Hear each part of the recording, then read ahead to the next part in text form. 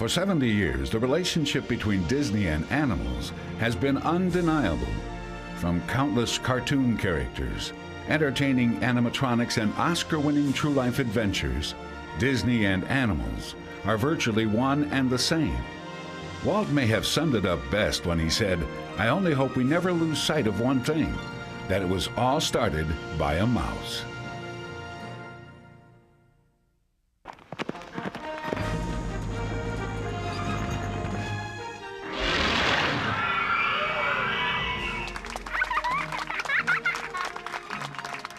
Today, that mouse is roaring. Disney's Animal Kingdom is the result of hundreds of talented designers, engineers, storytellers, and animal experts. The story of how Disney's Animal Kingdom came to be is a tale of Disney magic all its own.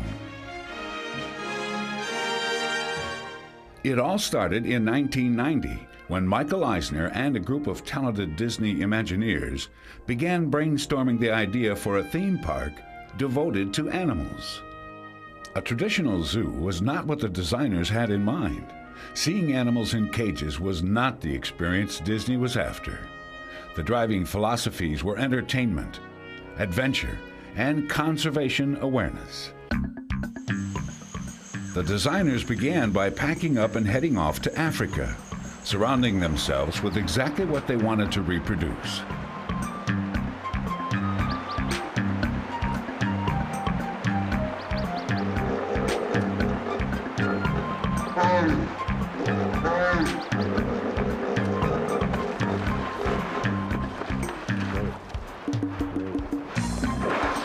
They really do wiggle their ears every time they come up out of the water.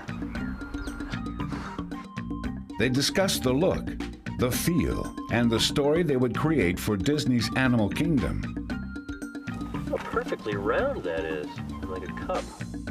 Almost a whitewash. That's what it is. You know, thing. Yeah. Each Imagineer kept a personal diary. Many of their stories and experiences found their way into the Kilimanjaro Safari's attraction. In addition to the facilities that would house Disney's newest living attractions, animal experts were busy finding ways to group the animals together in safe designated areas where they could live naturally. In April of 1992, the design team came up with their primary plan for the park layout. Thousands of drawings, models, and pictures were produced.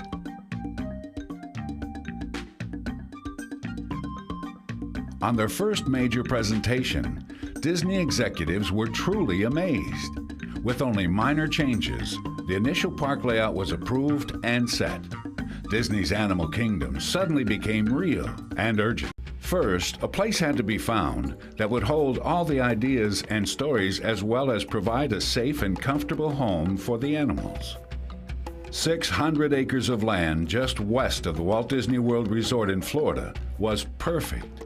It was high, dry, and large stands of native oaks could be saved and worked into the park. In 1993, the final details were in place. Attractions, facades, props, scripts, and layouts were completed. Secondary design teams were winging their way to Africa and Asia for research on buildings and vegetation. As construction started, Disney employed 26,000 construction workers. 60 miles of underground facilities were laid, and 4 million cubic yards of earth were moved to sculpt the park. 500 skilled workers were hired to do nothing but build the rocks required inside the park. Upon entering, guests will walk through the oasis. Unlike traditional merchandise corridors in other Disney theme parks, the guests can unwind, relax, and experience a new environment.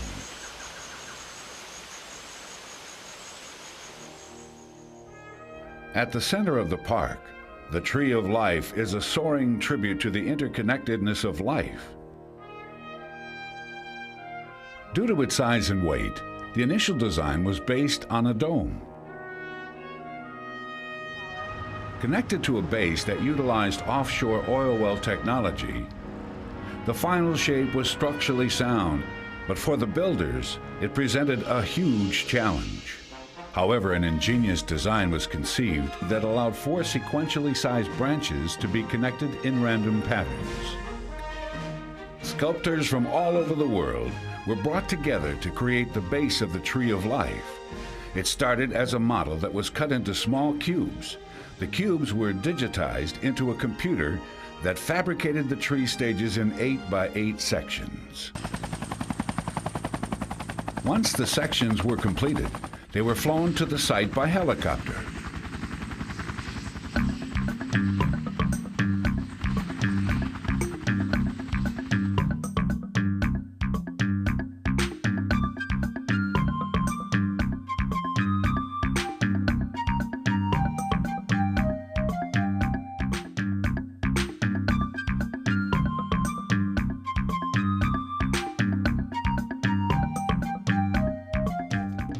The finished tree can withstand winds up to 74 miles per hour, has over 100,000 streamlined leaves, and towers 140 feet into the air. The 100-acre Kilimanjaro Safaris attraction is designed to hold 100 animals in an upland forest with 2 savannas. The design stressed the importance of concealing the barriers between the guests and the animals. At Gorilla Falls, guests will feel there is nothing between them and a troop of gorillas but a grassy slope and bamboo.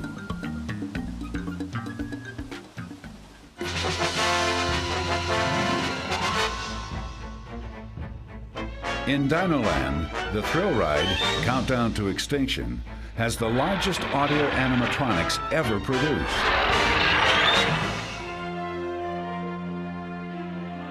One of the largest investments in the park was in landscaping.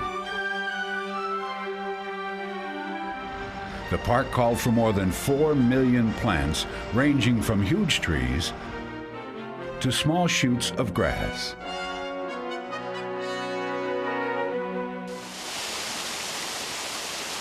Three primary concepts were incorporated into the landscaping: guest comfort, park screening, and the right environment for the right attraction. As the front of the house progressed, the back of the house was preparing for the arrival of its living attractions. Thousands of man-hours went into the planning of the backstage living areas for the park's animals. Disney planners spent a great deal of time listening to respected animal organizations, conservation groups, and expert curators from zoological parks around the world. From the start, Disney was dedicated to 2 propositions. The animals would only come from pre-captive populations, and no animal would be acquired if it added to the detriment of the wild population. A personal concern for all the animals was evident as they arrived at their new home. Some of the animals were purchased, others loaned, and some donated.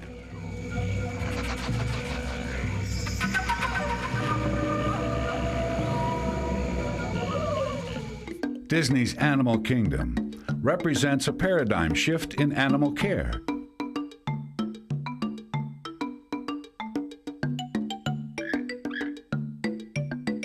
Holding areas were designed and budgeted with priority over the attractions.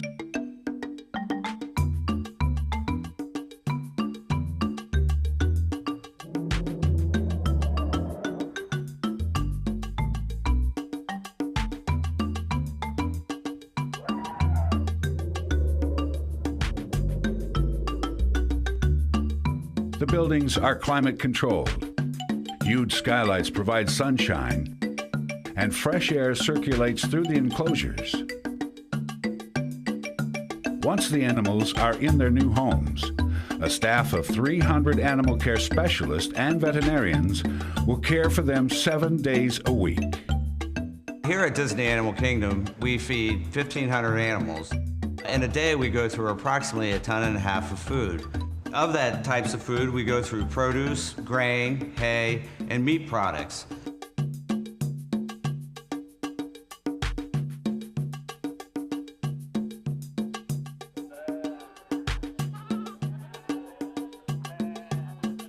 The vets arrive before dawn and decide if an individual animal can go on stage.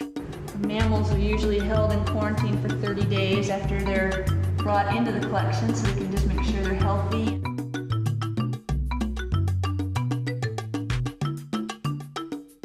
The health of the animals is the most important aspect of their job.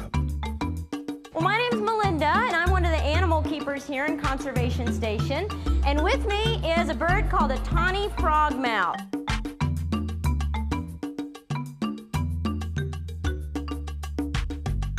Today, all of the ideas, planning, and construction have come together to make Disney's Animal Kingdom the most unique theme park in the world. More than just a place to see animals in their natural habitat, Disney's Animal Kingdom brings the adventure and thrill of being close to these wonderful partners sharing our planet.